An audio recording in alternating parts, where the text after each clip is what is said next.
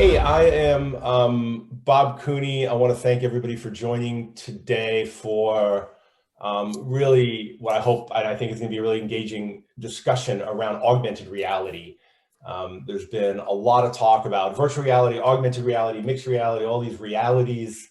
And today we're going to do a bit of a deep dive into reality and how it's going to change our reality and how we show up in the world. And that's the part that I find fascinating. I've got a panel of really, really talented guests, and I'm going to let them introduce themselves, frankly, because I won't do nearly as good a job as they will.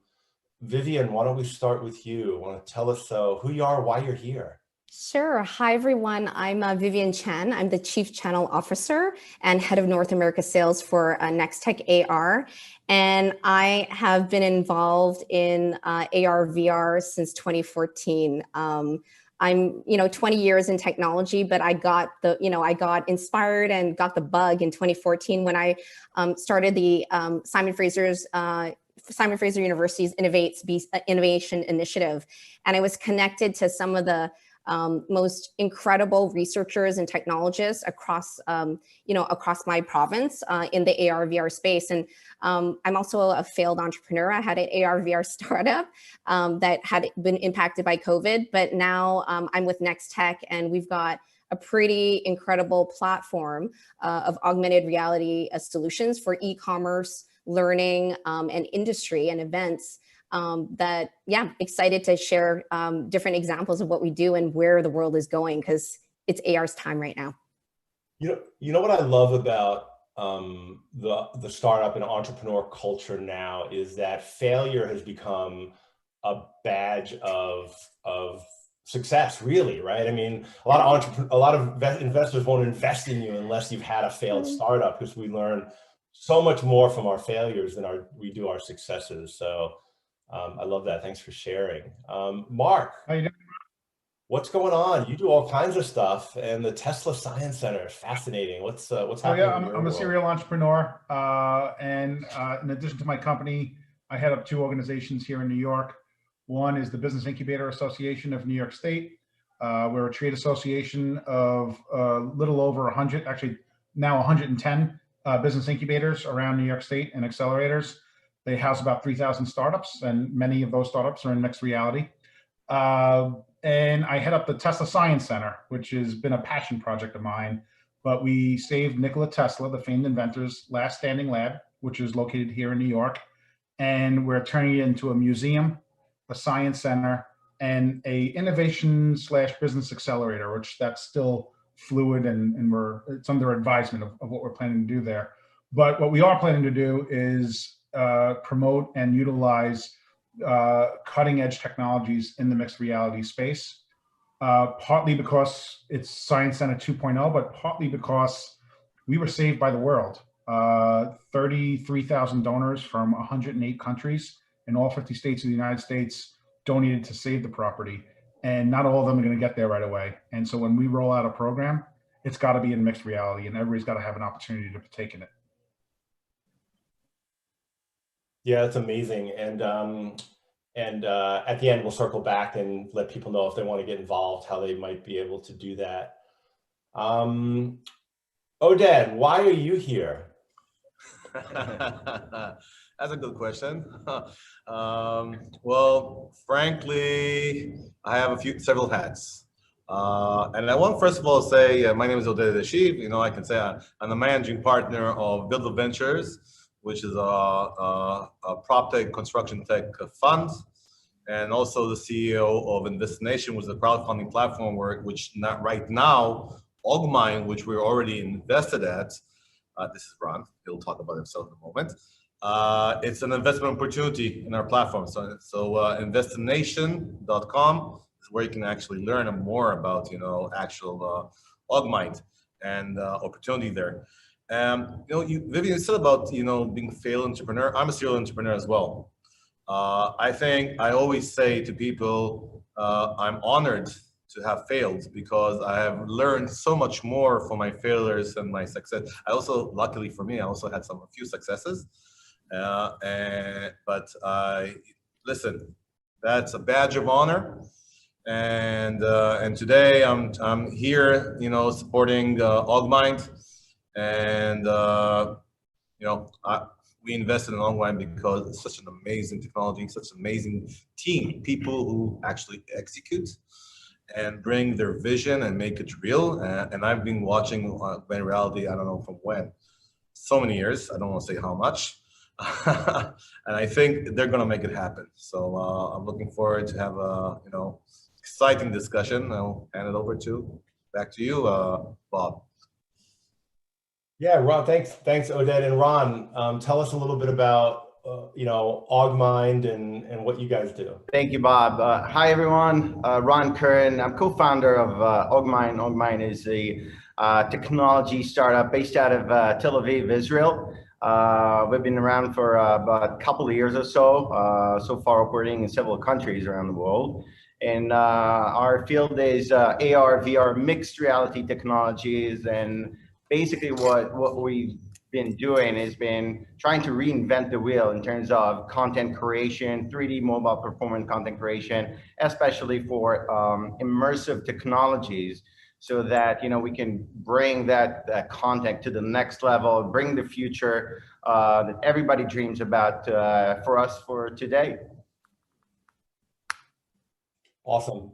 We're going to do a little musical chairs here, moving people around the screen. So, just as a reminder for everybody, if you have any questions, you can drop them in the chat, and I'll be watching questions, and we'll work them in, as many of them as we can, into the conversation. For those of you that don't know me, I'm Bob Cooney. I've been in and around the XR space, as we'll call it, virtual reality, augmented reality, for about 35 years. And I won't bore you with my background. You can check me out at bobcooney.com if you're really bored and interested. And I want to start, but I do want to start out with a little bit of an explanation of reality, right? I mean, there's all these reality terms that we throw around, and you hear virtual reality, which I think more and more people are becoming familiar with. And virtual reality is when you put on a headset and all you see is the virtual world. It's all synthetic or computer generated, and you can't see through to the real world, right? And augmented reality is where you actually see the real world. You're looking at the world through, right now, cameras or a lens that's somewhat transparent, and then there are virtual objects placed in the real world in a way that make them look real. And we're getting really closer and closer to that point where the things that you see in the real world do look real. And we're going to talk a little bit about how we deliver that today. And then you'll hear terms about mixed reality, and XR, which is extended reality, which is all the R's put together. But I think, a lot of times mixed reality and augmented reality are used interchangeably, and there are some differences there that I don't want to bore the audience with. But I think today we're really going to be focusing mostly on augmented reality and some of the applications of that. And that's really where I want to start. And I think I'll start with you, Vivian, and then hand it off to Ron. What do you see the use cases? Because the technology, we can bore people with technology all day. It doesn't matter. It's really, how do we use the technology in ways that are going to actually be meaningful and create value for an ecosystem or a consumer or a business or an investor, per se. And so talk about some of the use cases that you're seeing now that are working. Yeah. At the heart of what we do, we need to learn. We need to be inspired, and we need to engage. We need to have a level of engagement that is dynamic. These are core fundamental human needs that are more necessary now more than ever, now that we're confined to our screens and whatnot. The use cases that we have, that I've been working directly with customers of Nextech AR, that have been blowing me away. And again, it's a co-creative process that we work with our clients with. The one that comes to mind, there's two. Ryerson University. They came to us a year ago and said, we want to build the science labs of the future. And this was pre-COVID and whatnot. And how do we learn chemistry equipment? How do we teach people how to use test tubes and learn all that equipment in a more digital format? And so we started to create with them about, a series of 8 labs in chemistry with them. It's gone so well that now we're building 40 more labs in the science and biology spaces. And this is used by over 8,000 students. They're highly engaged. We can kind of track what they're doing, what they're using. It supplements their current education, the videos, the text and all that. It's supplemental to all of that. And we house it all in our platform right now. So it's this kind of integrated learning experience with video, text, content, and then this augmented reality variable to it. And it's worked tremendously well. And we see huge opportunities in that place because you learn, you're inspired, and you're engaging. The second use case that we have is sort of in the association event, conferences, trade show spaces as well. We can't meet immediately in person in these large 5,000, 10,000 person events. Not immediately, we're going to go to hybrid fairly soon. And I'm super excited about that because I think that's the future as well. But in the interim, we have to connect virtually and we're all zoomed out a little bit. And so how do you make that differentiation, right? How do I bring a 50-ton rig into your room? I mean, it would have been hard anyways at a convention center because the drayage and, the cost of bringing a 50-ton thing would have been really heavy and expensive. But you can do that now with augmented reality. We can beam in that 15-ton rig into into your home. We can even beam it in if you're at a trade show, because it would have been hard to put that thing in. And we can have these shared moments. And so one of the things that we always talk about is that we're a moment factory. Augmented reality is your new tool for storytelling. We're going to get into that a little bit too, and how I think that's going to, some technology innovations that are rolling out now in consumer products that are going to really unlock that. Thanks to you, Ron. What do you see as the use cases? Like, where are you seeing them now today that are working? We'll get into some of the emerging ones, but what's happening right now that you see that's hot in augmented reality? Thank you.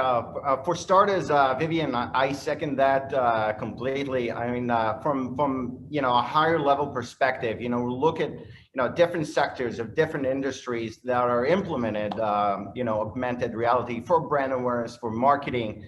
But specifically, we've seen the use cases in healthcare. We had one implementation where we basically built a platform for surgeons and professors in one country to train in real time interns in a different country in surgery.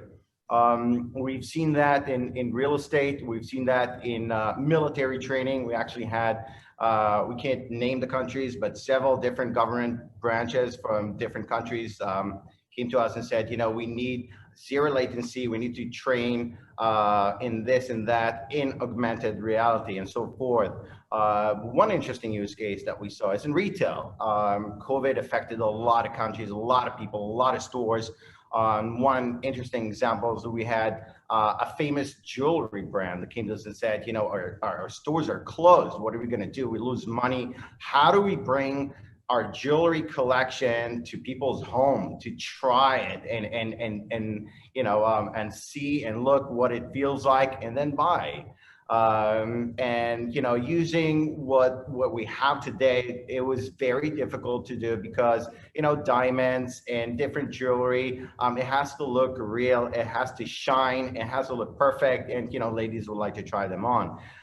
So we did it. We modeled their collections. We actually, had the, security guards transferred the actual jewelry, put them in a safe, modeled them, but brought them to life using augmented reality. And then the next step is create some sort of a form for people to actually try it on their, ears, neck, and hands, and so forth. So it's just, one example of what we're seeing, that this trend and the usage of augmented reality, trying to expand from, one small gimmick game, which is still cool and it's still engaging, but bringing it to our, day-to-day use and effectively seeing how that's ultimately going to change our life. Yeah, it's really interesting, Mark, and Oded, I'd love you to chime in on this, but I think that there are technologies that come out and people often just wonder, and it looks like a gimmick, and then they dismiss it. And, this is called, macro myopia is the term, and Gartner kind of, co-opted it, branded it, and called it the hype cycle, where we have this the peak of inflated expectations, and then people take it doesn't quite live up to its initial expectation, and people go, oh, that was just a fad, and then they look away, and next thing you know, it's everywhere. And I always use the mobile phone as a great recent example that we've all lived through. And the smartphone, initially it came out, it really wasn't that smart, right? And it was a mediocre everything: phone, web experience, game player, music player, and then Apple steps in and changes it with the iPhone, and then now we're so dependent on them that we can't survive without them. And the smartphone is really, for those of you that aren't familiar with augmented reality, because I know we're talking a lot about it, but if you haven't done it or seen it, there's some big companies that are using it right now. Amazon, for example, if you go to Amazon on the phone, you can actually select certain products and it'll say, see it in your home. And you actually just hold your phone around your room, and next thing you know, it places the object in your room at scale. And so if you're looking at a toaster, you can go to your kitchen and you can actually hold your phone up to your kitchen counter, and you'll see the toaster in your kitchen to see what it would look like and if it fits the decor. And IKEA has been doing this now for a couple of years with their furniture. You can actually decide what furniture you want, go into your room and place the IKEA furniture on a phone or a tablet in your room and actually see it. And so when you have big enterprise companies in retail that are actually using this now, Ron, you were talking about jewelry, the ability to show your watch or a bracelet right on your wrist, or shoes. Sneakerheads are going crazy because you can see what the shoes look like on your feet. This stuff's happening. There's no doubt that it's going to take place. It's just a function of, time and use case. And so, Mark, let's start with you. You talk to a lot of companies, over 110 in this incubator program, and you're committed to using extended reality and at the Tesla Science Center. Where do you see this thing? Where do you see the next use case? Where do you see the one that's a no-brainer that might be waiting on something? And then we'll talk about what it might be waiting on. Well, I don't know if it's the next use case. I can tell you what my goal is over the next year and a half. And I think it's similar to what Vivian was mentioning that she's done for others. So I private messaged her that we need to talk offline. But we plan to have students that are geographically dispersed. We want to pull them into the Tesla lab, which will be a 3D rendering of that lab. We want a teacher in front of that. We want these students wearing headsets, and we want to give a really good experience. And in doing that, it's still pretty novel, and we're going to learn from that. They're going to learn from that, but we're going to learn from that, and we'll learn new use cases after. How do we improve that experience? But I think what people want to get to is where geographic placement doesn't matter. Where people want to get to is not staring at a movie screen when you go to the movies, but you want to be in the movies. And I know that's not necessarily augmented reality, but your life could be a movie. You could be walking around and you could be placing things, not just objects that you're going to buy in your house, but I mentioned Pokemon Go. It was hugely successful. I know that some people poke at it. It was a cartoon, but that doesn't matter. We learned from that. It was something that people adopted and loved and became addictive. And I think that in a good way, augmented reality will become somewhat addictive in terms of it is going to enhance our lives as we learn how to use it and pull it in. And you mentioned the smartphone. So what I'd say is whatever we could dream, we make. And when it comes to augmented reality and virtual reality, that is even more so. 1926, Nikola Tesla said that one day you're going to carry a device in your coat pocket where you could talk to anybody wirelessly in the world, because he was one of the forefathers of wireless, and send typewritten messages and movies. And people said, this guy is nuts, because every time he said something outlandish like that, they couldn't even wrap their minds around it. So here, we have the smartphone, and here we're, placing augmented reality, into that smartphone and layering it into our lives. And, we can't even fathom where this is going to be 5, 10, 15, 20 years from now. But I'm just starting with baby steps and learning myself. Yeah.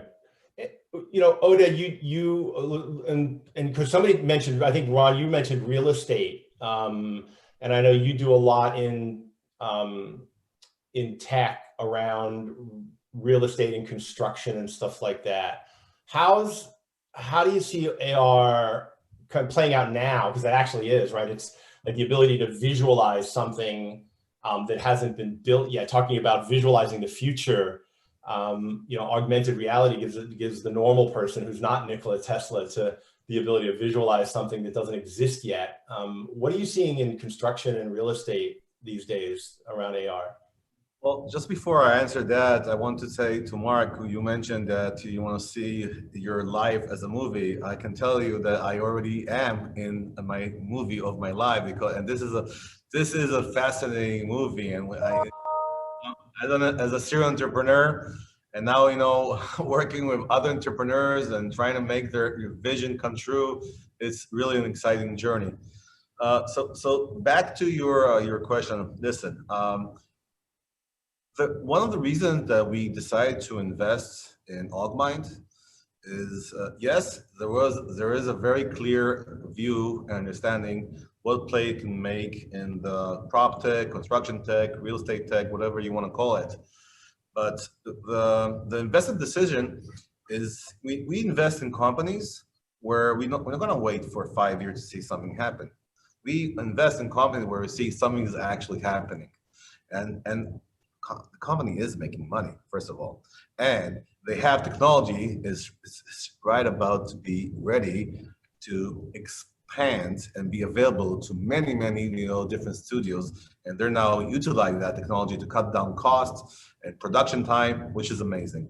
So touching, you know, the real estate tech, which is like, this is like one of the last frontiers where technology have not come inside really. The real estate arena was so conservative, but now the technology is coming in, innovation is coming in. Listen, I don't know how to explain it. It's exploding. We've just been in Dubai last week. It was last week. Yeah, we're the first and only, you know, real estate tech delegation, showcasing 6 companies in Dubai, and we are seeing the response from Dubai developers. We're seeing the response from developers and other real estate stakeholders in the US, in North America, in Europe. It's happening now. And I think COVID-19 is actually something that I think accelerated, you know, the adoption of technology. I think it's not just about, you know, one sector, it's about all the sectors, you know. Yeah. My mother, she's quite, you know, she's not young, and she's already understanding how to work with Zoom. Who would have thought of that, right? So basically, this is something which is happening today. They need, you know, solutions today, and what Augmind can provide in that sector is exactly what they need. Yeah, there's no doubt that. But you know, we have to have 2 hours of webinars, and I don't want. Yeah, and I'd have to use the mute button on you, and I don't want to do that because the next question I want to talk to Ron, and you're on the same microphone, so you got me at a disadvantage.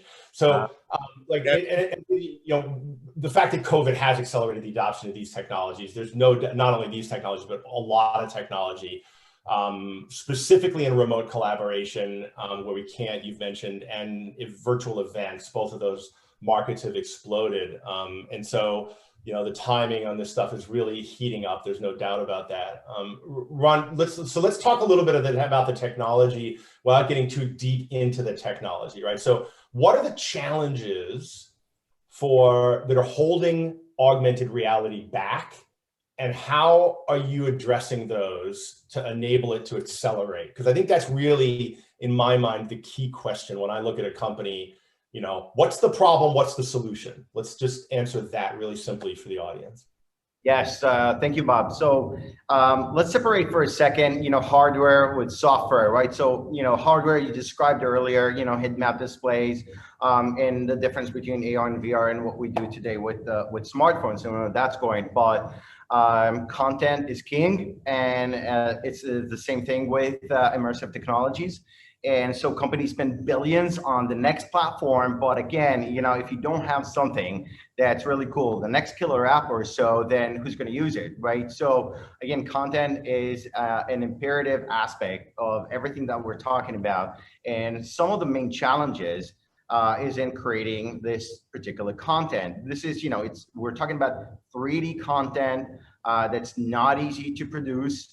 It's long, it's expensive. There's a lot of different, you know, technical challenges within the process per se, which we're not necessarily going to have enough time to get into in this discussion. But eventually what happens is that if you're going to try to make something that looks good, or, you know, close to be looking real, and eventually, you know, what everybody wants to do is create something that is so real that you won't be able to tell the difference between what's real and what's, you know, virtual. So you end up selling it for, you know, low quality graphics, if you will, because it's expensive, because you know the process is long, and you know companies have to produce something eventually. Even so, if you were able with enough money and enough time to create something that is, you know, it's phenomenal, it looks so good, it looks so real, a lot of times what happens is that content is so heavy and it's so big, you can download it, you can play it on most mobile devices that we talked about, etc. So again, leads us back to, you know, the main challenges. And that's basically what we were looking at when, you know, we put the technology together. How do we alleviate those challenges? For starters, you know, we've changed the whole process of the, you know, the production of this kind of content. We shortened 10x the time that it takes to create this kind of content. It's actually even more. We have, you know, proven test cases of, you know, different kinds of content productions. And at the end, you actually reach a content that look realistic, but is also affected in real time by the end user's point of view, natural surrounding, lighting, conditions and reflections and directions, and all of that basically leads to a virtual content or a virtual asset to look so real and engage with you. So basically kind of like, you know, thinning in that line between what's real and what's not. So, you know, shortening the time, you save, you know, you save money, you save time, but also at the end of the day, whatever you were able to produce is so light that you can almost play it on any mobile device and any platform, which is obviously key to what we're trying to do and bring that added value to the hardware, to the devices. That's why we invested. And so I just want to clarify something. So the technology that the solution that you're selling, where does it sit in the ecosystem, right? So there's an ecosystem to bring an experience to market like this. There's hardware, there's firmware, there's platforms, there's agencies. Like, who actually uses this, and where does it sit in that ecosystem?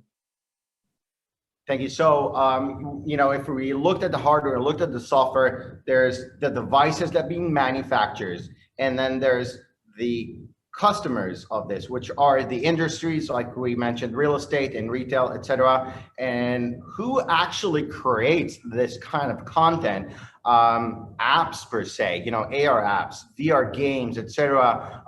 Leading us to even more of web AR, so it's easier, and you don't have to create an app for everyone to download and so forth. Those are studios, developers, indie developers, large, medium, small. Some of the studios number thousands of developers, and they're all in charge of producing this kind of content. There's actually 20 or so different titles of different development aspects of these people who produce and develop and design this kind of content. That's the ecosystem, and basically that's a target market for those people to eventually be able to use what we're doing today manually at Augmind. Got it. And so Vivian, where does what you do, where does that fit into this whole picture now that we're starting to paint around an ecosystem and the technology solution landscape? Yeah, the ecosystem is essential, and Ron, I highly recommend you participate in SeaGraph. That's an amazing community of people that could benefit from, you know, the pipeline that you're, you know, you're making innovations from. You have to be able to create, you have to be able to view, And then you have to be able to kind of experience all that. And I would say that we're quite focused on the pieces around view and experience. That's the section of where we really fit. And so we would partner with a provider like Augmented to really expedite the production of that, because there's an insatiable appetite right now for content, high quality augmented reality content, and we can't work fast enough to build that content. But the ability to view it and the ability to kind of experience it and track the data analytics around how people are behaving with 3D models, what do they care about, et cetera, is really important. So I'll give you a couple of examples. Back to Mark's Life as a Movie. We've got a product called Air Show. And it's this notion around human holograms as entertainment. Life as a Movie is ready today as well. And again, back to Oded, we have to talk about what's already available today. We did an activation with Offset, Cardi B's husband, on and off husband. And he came and did a private concert in 3D with us, and then did also sort of a meet and greet. You could go literally with his augmented reality hologram and take a selfie. You could also do a duet with Offset and sing alongside with him. And so this Life as a Movie thing is already happening. And so the way that we view it, the way that we experience it is kind of essential. And that's the part that makes it really sticky. But you also have to have that beautiful content. It's got to look photorealistic. This has been one of the criticisms for many years, and I've been watching this since 2014 deeply. We've got the advent of AI. AI is helping expedite the pipeline, the creation of that content. Also, I have to give credence to Unity and Unreal. They've stepped up their engines that are an essential part of that pipeline. So they kind of upped the ante on that. So we have to give them some credit for what they've done in the last couple of years. And the third piece is talent. If you don't have great people that build the talent, just like in the movie sector, then you're not going to be able to create these beautiful immersive experiences. And I think that everything is coming to head right now. This notion around speed, this notion around technology, and this notion around people. And when that trifecta comes together, you now have a moment. And that's why I think augmented reality in the next couple of years is going to really it's finally going to have its moment. We've been waiting, right? Because those three things weren't ready yet. Yeah. And when you talk about storytelling, I just want to connect it for the audience. If you think about some of the big companies out there, Instagram is all about storytelling, right? It's about, it allows people to turn their experiences into a product that they can share with the world. And it's really simple because, it started out with just a snapshot and now it's moved to short form video. But the way things are moving is ultimately this is going to be in a 3D world, and we'll, and I want to talk about just for a second, the new iPhone 12 and the iPad has what's called a LiDAR camera built into it. And Samsung obviously is going to have to keep up. And so within a couple of years, every phone or smartphone is going to have a 3D sensing camera in it. And so I want somebody to talk about the impact of that on augmented reality, and then how that actually fits into the discussion we're having today, because this is ultimately going to become consumer technology. That's the thing, we talk about B2B and B2B, and versus B2C, and this has all been mostly a B2B discussion because that's where that stuff starts.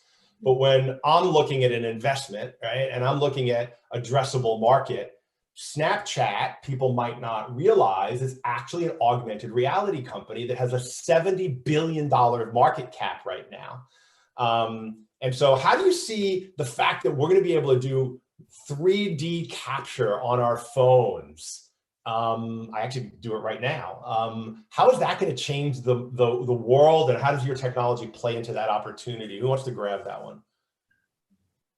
Well, I can just say that in perspective, when looking at when we see deal flow companies, and we look into we do the due diligence, we look into the technology, and we want to understand what's going to happen in the market. Because we are a seed player. We catch companies that we believe in at a seed stage.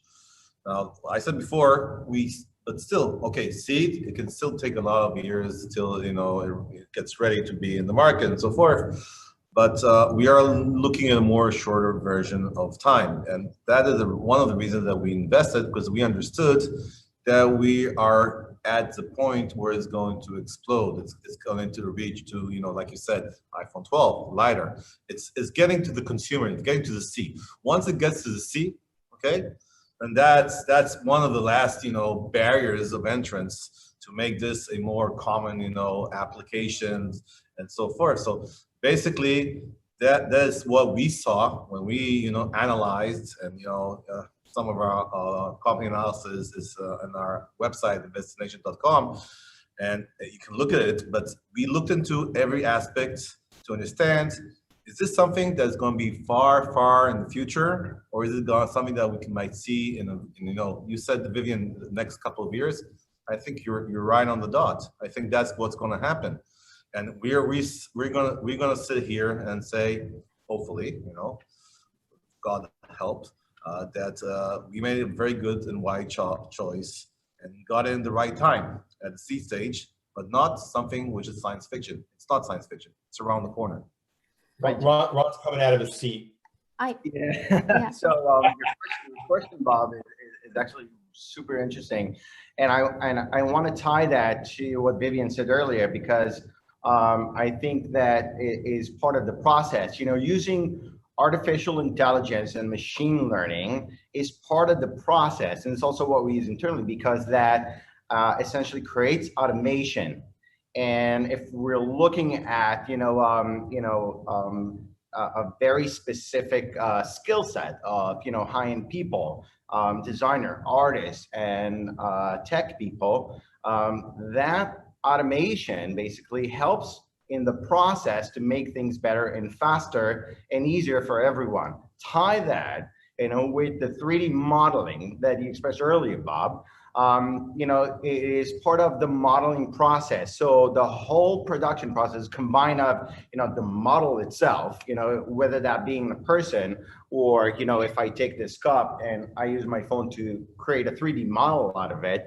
But at the end of the day, even so, if you have a model, you still need to kind of dress it up, right? It's combined of materials and textures, and those components also have their own challenges in creating the final result. So it is part of the whole production process that we keep seeing get better and better and easier. And I think eventually what's going to happen is that if everyone's going to have the ability to scan and create a 3D model of themselves, or if I can create a 3D model of a dead here, he's actually a hologram, he's not really here, we were just seeing as a background, then that's going to lead us to what everyone's talking about eventually, crowd conferences, virtual conferences, not just over Zoom or etc., but really model our entire environment, entire surrounding, model ourselves and interact with each other virtually as 3D avatars.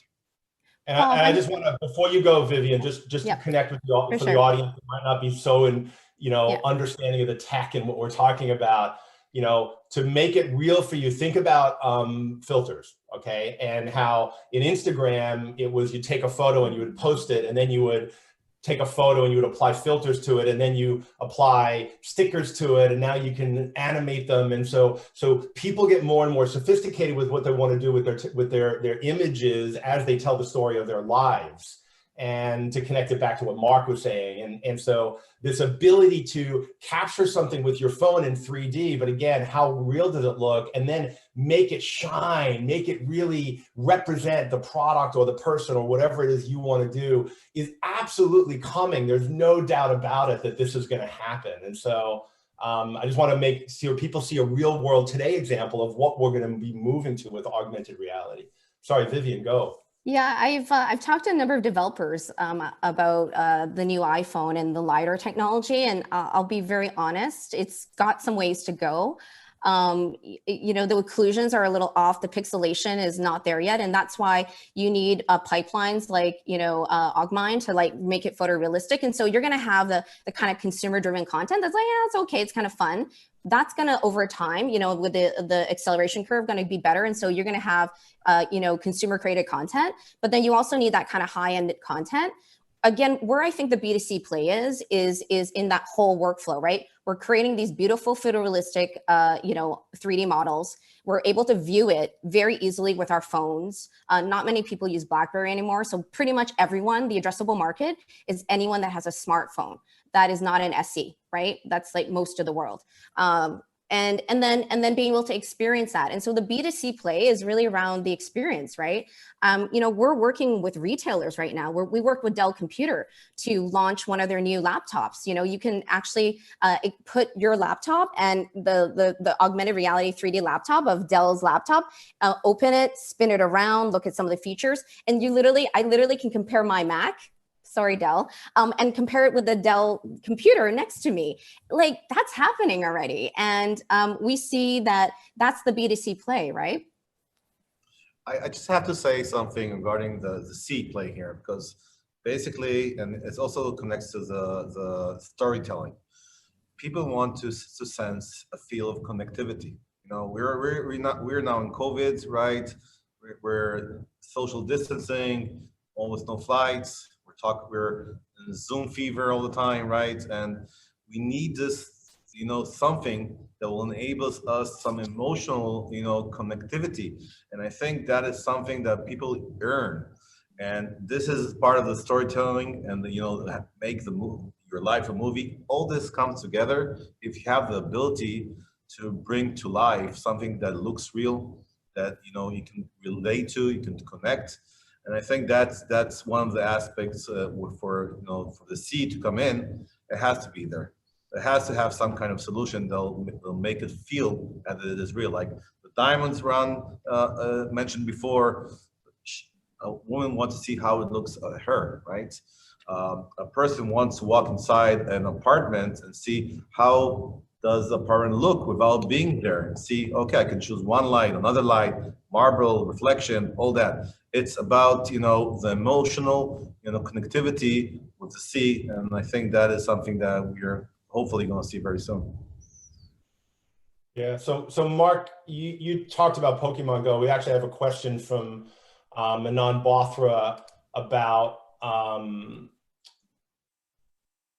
gaming. Where do you see where do we see AR in the future of online multiplayer gaming? I know Niantic is another company that is in the augmented reality space that I don't know what their valuation is. I could look it up in a sec, but has blown up. And so where do we see gaming going and AR playing in multiplayer online gaming in the future? Any thoughts there? Well, so again, if you're talking about multiplayer in augmented reality, when you start getting the level of artistry, is what I'm going to call it, that a company like Augmind does, where the end product is something that fools you. I'm not even going to call it augmented reality. I'm going to call it alternative reality. You're going to be living in alternative reality, and others can join your game. You're going to have people approaching you when you have whatever the hardware is on. Hopefully it's a nice light set of glasses or a pair of contact lenses, and they might not really be there, but as long as you're in the game, they're there. Your reality is this new alternative reality. That's where I see gaming going. Maybe it's not next year, but within the next 5-10 years. I'm blown away. You mentioned the LiDAR on the smartphones. I've gotten involved and have invested in alternative reality and augmented reality and virtual reality companies. And I remember when somebody was trying to pitch me on getting involved with a company that did the 3D scans of buildings, we did the rabbit hole of where's this go? And it was the thought pattern of you're not looking at a movie screen anymore. You have a headset on and you're in the movie. Not that life is a movie yet when you have the headset on, but eventually, like we said, it will be. But they told me in those meetings that eventually everybody's going to have it on their phone. And then so what happens? Well, then home videos now become these virtual reality, augmented reality, 3D experiences. And then what do you do with that? Well, I have my grandmother standing in front of me talking at me. That's going to rip my heart out. Well, layer in AI and have new conversations with this 3D rendering of your grandmother that's tricking you. I mean, it is what's going to happen over the next 5, 10 years is going to be explosive. Whether it's a game, well, if it's an alternative reality, I guess it's a game no matter what. Yeah. So you're touching on something that I love to talk about, which is the metaverse, right? Which is this concept of us living in an alternate reality. And some people, Don Miguel Ruiz, who wrote an amazing book, The Four Agreements, talks about we live in a virtual reality because what we see isn't real anyway. We see the reflection of light, through an optical nerve that our brain translates through a series of experiences. And so, and Elon Musk, who I know you're a fan of, talks about there's a high probability that we're already living in a simulation. And Facebook Labs with Oculus Labs is really working on this thing they call live maps, where they're mapping the whole world in 3D, the real world, and they want to be able to deliver that in a way where we can always, looking through a wearable, we've been talking about phones, but what's coming next is wearables and glasses, the ability to wear glasses that are lightweight enough to be able to project these augmented view of the world into our reality. How is that, like, where do you see that coming? How far away is it? And how are you all playing in that space? I'm going to start with Vivian. You got a big smile on your face. Yeah, no, I was 3 years ago, I was in a chat with the augmented reality community talking about Snow Crash, the book, and metaverse, right? What does the metaverse mean to us? It's about imagination. It's about, taking the things that are human to us, Mark, that go back to you, like, how do I bring someone back, who's no longer with us, and have that conversation that I never had? How do I imagine, how do we build retail products where we don't have to manufacture, 7,000 units of a purse? We can actually sell the augmented reality version of it, see if we get a minimum number of orders, and then buy it. It's about imagination. And I think that this marrying of real with the digital real, right? Is coming closer and closer and closer. We've been waiting for this, right? Like, it's so interesting. Everyone needs to read Snow Crash. It's like the Bible for augmented reality. It really is. That reality is coming closer and closer and closer. If you map that book and where we are right now, we're getting closer and closer and closer. And at the end of the day, it's about human experiences and imagination. Yeah. And one of my favorite quotes, I think it was Neil Stephenson who wrote it, said, "The future is already here. It's just not widely distributed yet." Yeah. And that's really, I think, where we are right now. And Ron, when we talk about wearables, this is where I think this lightweight workflow really is going to shine, because smartphones are getting more and more powerful. And I think Apple just showed with the new M1 chip in their Mac that like they can just crush it with the ability to process data in a smartphone. But when we get into a wearable that's lightweight, that you're willing to wear, like the reason AirPods are so successful, the fact that they were belittled when they first came out. And I just want to warn the audience, don't listen to the common narrative when somebody releases a new technology and say, those look ridiculous. And next thing you know, everybody's wearing them. They're a fashion item. And AirPods is an example of that. When augmented reality glasses come out and people might ridicule them, just dismiss that, because most people don't understand human behavior and human nature. But talk about your technology and wearables and how that's going to enable this living in this augmented world. So we know that augmented reality glasses already exist, right? But they're bulky, they're big, they're connected somehow to a computing device. Magically, it has a wired computer that you can attach to your belt. HoloLens, the computer is on the device itself, but then it gets really heavy and warms up, etc. We know that the next stage is going to be some form of a transmission or broadcast of the content from your smartphone, from your mobile phone, to a lighter version of their glasses. And eventually, that's basically all going to disappear, and the AR glass is going to look like regular glasses. But again, it all ties to, what you need to display, what the content is going to look like, and how heavy it's going to weigh. We also think that, eventually it's going to become, lenses that you just attach to, your eyes, kind of like Black Mirror, if anybody's seen that, but, a little bit maybe further away from us, but it's definitely happened. There's big speculation about when is Apple going to release their AR device, and probably going to change, and dictate new standards in the market. So everybody's looking forward to that as well. And I would imagine that, I know Apple's been buying companies with core technology in this space. And so, anybody investing in this space, obviously you're looking at exits, and, and there's going to be a bit of a feeding frenzy for core technology, in my opinion. This is my opinion. I'm not a shareholder. I'm not promoting the stock. I'm just saying that as an investor, you got to look at what are the core techs that are going to enable the ecosystem to grow faster, because the companies that are selling devices, they need the use cases, they need the ecosystem, and to goose that. And so I'm sure you guys are well aware of that, but for the investors to be thinking about it, I think is really critical.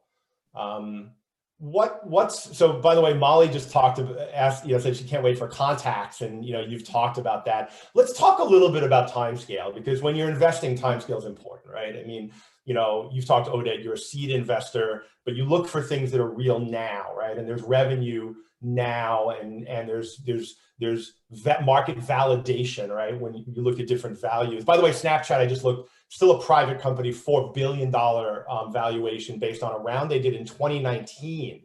They raised $250 million at a $4 billion valuation, and that was a year and a half ago. And since then, they've exploded. So a lot of stuff going on in this space, and they have a wearable, the Snap wearable, right? Which is really simple and just kind of takes pictures. Where do you see wearables coming in? What's the realistic time horizon? Apple's talked about, Bob Scoble's talked about 2022, 2023.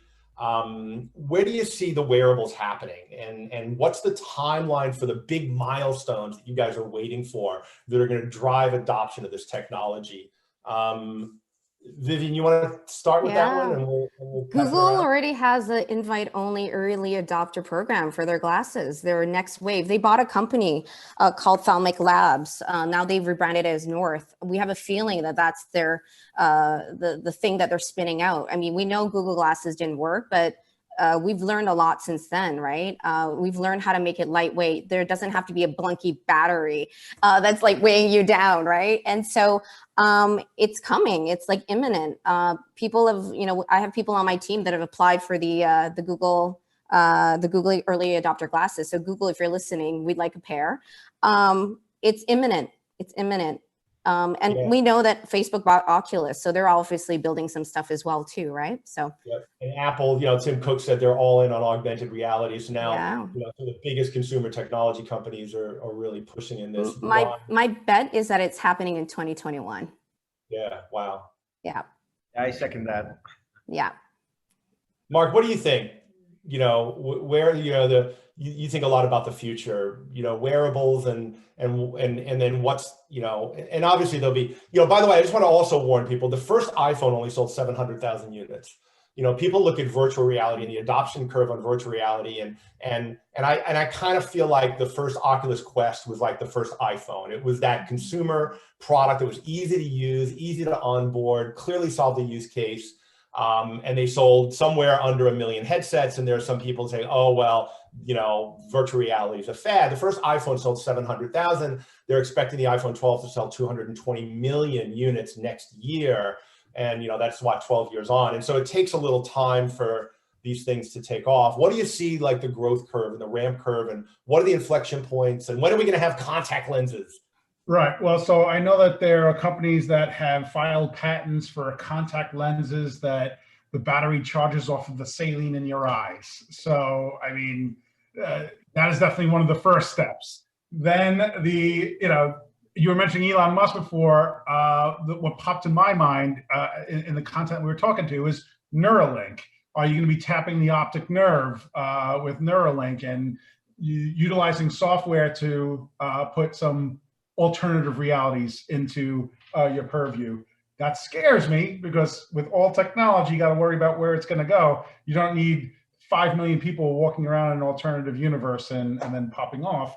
But it's also, there's a lot of benefit there. But I think there's a parallel, and that is holograms. And I know Augmented has worked on holograms. Actually, they created, not necessarily a 3D hologram at our gala, but they were able to create a CGI hologram of Nikola Tesla and have him speak. Our next step would be, can you have Nikola Tesla standing next to our patrons as they come in, talking to them? Vivian mentioned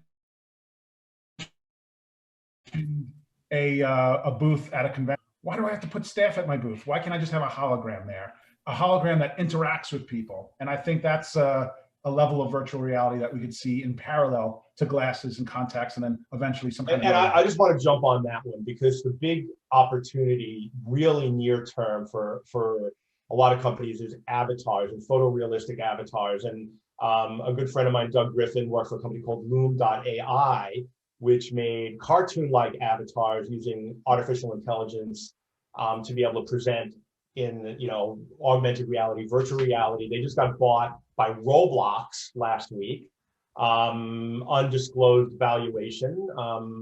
But Roblox is like, if you don't know what Roblox is, it's kind of like another Fortnite type Minecraft social game that started out for kids, but now they're building their version of the metaverse.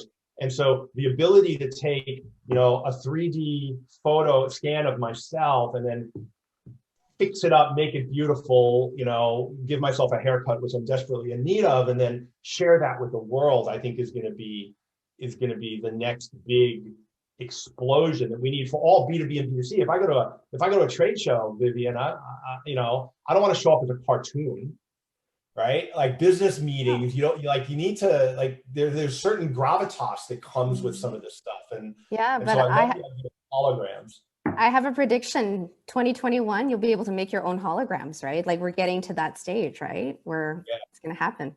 Yeah, Ron, so we've talked about what's the ability, how does your technology help the ability to create a hologram and deliver it in a lightweight over these devices? Sure. Let's give the audience a little bit of an overview. What is a hologram? What's actually a hologram? Hologram is a projection of a certain 3D content, right? So it could be small, it can be big, it could be anywhere, it could be in front of a live audience on the stage, and it could be at home. There's actually devices today this size that project holograms, etc. But a hologram is essentially a 3D content, usually of a person, but it could be of anything, right? That is projected, and so making it a hologram. The projection unit can be big and small, it can be, all different kind of devices. But the big question is really, what is it that you want to project? What is the hologram? Is it of a person? Is it Nikola Tesla or the late President Paris that Augmented did? And the question is, how do you make it? All right. If the person is still with us today, there's certain mechanism that can, record or film the person speaking or talking. But if they're, not around anymore, then you have to bring them back. And there's a whole different mechanism of creating that. So it's a little bit of a different kinds of mixed processes today of creating these holograms. And where I relate to what you said earlier, Vivian, is that, being able to model ourselves eventually, we're going to have our own hologram, right? Because, we're here, we're still alive, thank God, and we're going to record ourselves, eventually going to find a way to project it as a hologram. I think that's, and people watching might be just like, and I don't know, but like this sounds like science fiction, right? And we're living in a time, it's not, it's actually like you can do all this stuff today. Everything that we've talked about, with the exception of the contact lenses, really, in a way, but there are a lot of experiments going in labs.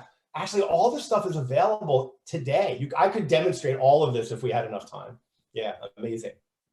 So last word. Go ahead, Vivian. If I were to simplify for the audience, this is how Nextech AR sort of sees it. It's about being able to experience product, places, and people. in a more immersive 3D way. It's actually at the fundamental core of it. It's actually quite simple, right? It's about experiences of those three fundamental things in a very intimate way in your own home, you know? So that's kind of my last words around just this notion of augmented reality, much simpler than the novels, but we're there as well, so. Yeah, I just want to remind people, we've put some links in the chat around the companies. I've just posted a link on more information on investing in Augmind, and we'll be putting in some LinkedIn connections too for everybody on the panel. So welcome you all to connect with us on LinkedIn. Mark, last words? Last words, I'm going to repeat the quote that you issued. The feature is here, but it is not widely distributed. Well, good way to distribute it is we are going to test it at the Tesla Science Center in this space. We're going to help other science centers adopt it. And then the folks that visit science centers are probably the early adopters of this technology. So work with us. We're very excited about this field. And so for people who might see this on replay, how do they get in touch with you and learn more about the Tesla Science Center? And it's an amazing cause. And so, you know, they're still raising money, and it's a fantastic facility. I appreciate that. It's teslasciencecenter.org. And yes, it was a $20 million project. We raised 10.2 million. A good deal of that has come from the Musk Foundation, which we're very grateful for. It's attracted some of the best talent in tech, for everybody from Vint Cerf, the inventor of the internet, to folks, you know, throughout many of the innovation ecosystems that we all belong to across the world. Yeah, cool. Vivian, how do we get in touch with you for people watching this on replay that don't have access to the chat? Oh, Vivian. You know what?